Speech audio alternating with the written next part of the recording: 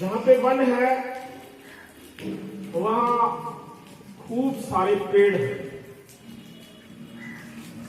और ऐसी दुर्लभ किस्म की वनस्पतियां वहां पे उपलब्ध होती हैं जो अन्यत्र नहीं मिलती है। एक प्राकृतिक वातावरण के अंदर चीजें पैदा होती हैं और वो चीजें बहुत देन देती हैं धरती को, हमारे वायुमंडल को। और वन के अंदर जीव जंतु निर्वाह करते हैं, उनका सहारा वन होते हैं। वन कटाव के कारण आज हम बहुत सारी समस्याओं से जूझ रहे हैं। कौन कौन सी समस्याएं हैं? जो खेती करते हैं उन्हें पता है कि खेत के अंदर नीलगाय आ जाती है। नीलगाय मतलब रोज भी कहते हैं, और आ जाती है और फसलें चट कर जाती हैं। और वो बहुत तंग रहते हैं इस बात से, लेकिन कम सोच पाते हैं इस बारे में कि वो नीलगाय जो वन्य प्राणी है, जो वन का जीव है, वो खेती के क्षेत्र में, लोगों के रहने के क्षेत्र में क्यों आ गया? संभवतः इसीलिए आ गया वो कि उनका जो आसियाना है, उनका जो घर है, घरौंदा है, जहां पे वो रहते हैं, वो हमने उजाड़ दिए उनके घर। इसलिए वो हमारे घरों की तरफ आ गए या हमारे खेती बाड़ी के क्षेत्र में आ गए। और उनका प्राकृतिक तौर तरीका है, प्राकृतिक उनका जीने का ढंग है, उस जीने के ढंग को हमने प्रभावित किया, जो वो हमारे खेती बाड़ी के तंत्र को प्रभावित कर रहे हैं, कुप्रभावित कर रहे हैं। दूसरी एक बड़ी समस्या वन कटाव के कारण पैदा हुई है। गांव में कम नजर आती है, कस्बों शहरों में बहुत ज्यादा नजर आती है। वो समस्या है बंदरों की। बंदरों के आतंक से इंद्री कस्बा बुरी तरीके से प्रभावित है, आहत है। बंदरों के झुंड आते हैं और शहर में कोहराम मचा करके जाते हैं। रास्ते में कोई बंदा जा रहा होता है, बच्चे जा रहे होते हैं, डर जाते हैं, भयभीत हो जाते हैं, वो इधर उधर छुप जाते हैं। घरों के अंदर आ जाते हैं तो कोई दुर्घटना घटित होती है।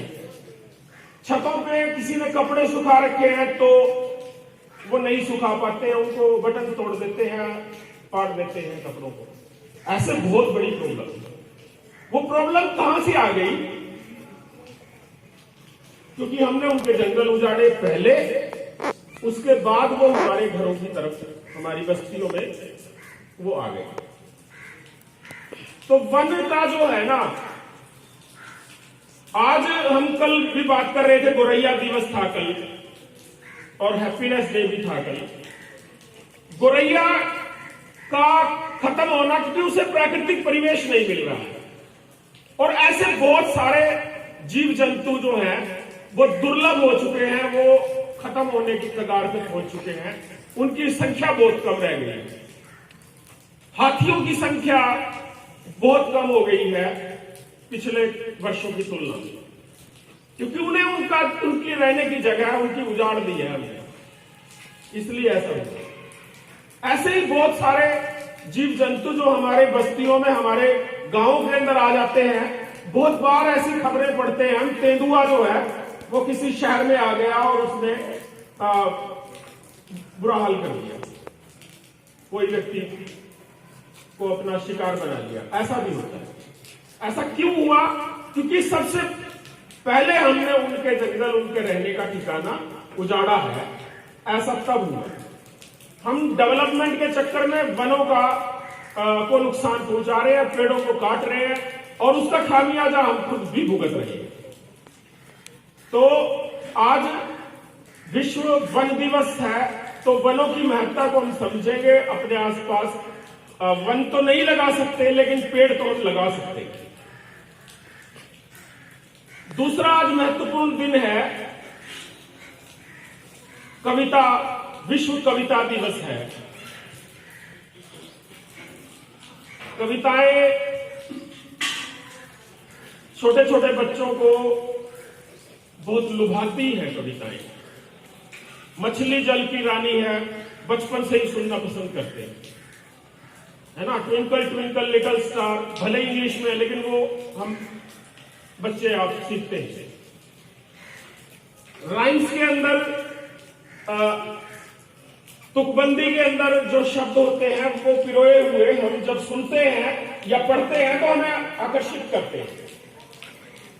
कविता के बारे में कहा जाए, कविता के बारे में बात की जाए तो कविता सर्वश्रेष्ठ बात, सर्वश्रेष्ठ शब्दों में पिरोया जाना कविता होती है। श्रेष्ठ अभिव्यक्ति है कविताएं। हमारे किसी कवि के मन के उद्गार हैं जो हमारे मन के साथ हमारे मन को एक तरह से संस्कारित करते हैं, हमारे हृदय को प्रभावित करते हैं, हमारे मन मस्तिष्क को प्रभावित करते हैं। कविताएं हमें अच्छी लगती हैं। और एक और दिन आज, क्योंकि आप खड़े हो तो इस पर ज्यादा बात करना, बहुत बात की जा सकती है और हम करते ही हैं। एक आज दिन है, कठपुतली दिवस है। कठपुतली एक कला है जिसका नाटक के रूप में आपने टेलीविजन पे देखा होगा। एक कठपुतली एक कविता भी है ना। कठपुतली गुस्से से उबली, बोली ये धागे क्यों है मेरे पीछे आगे, इन्हें तोड़ दो, मुझे मेरे पांव पर छोड़ दो, है ना। सुनकर बोली और कठपुतलियां कि हाँ, ये कैसी इच्छा मेरे मन में जगी।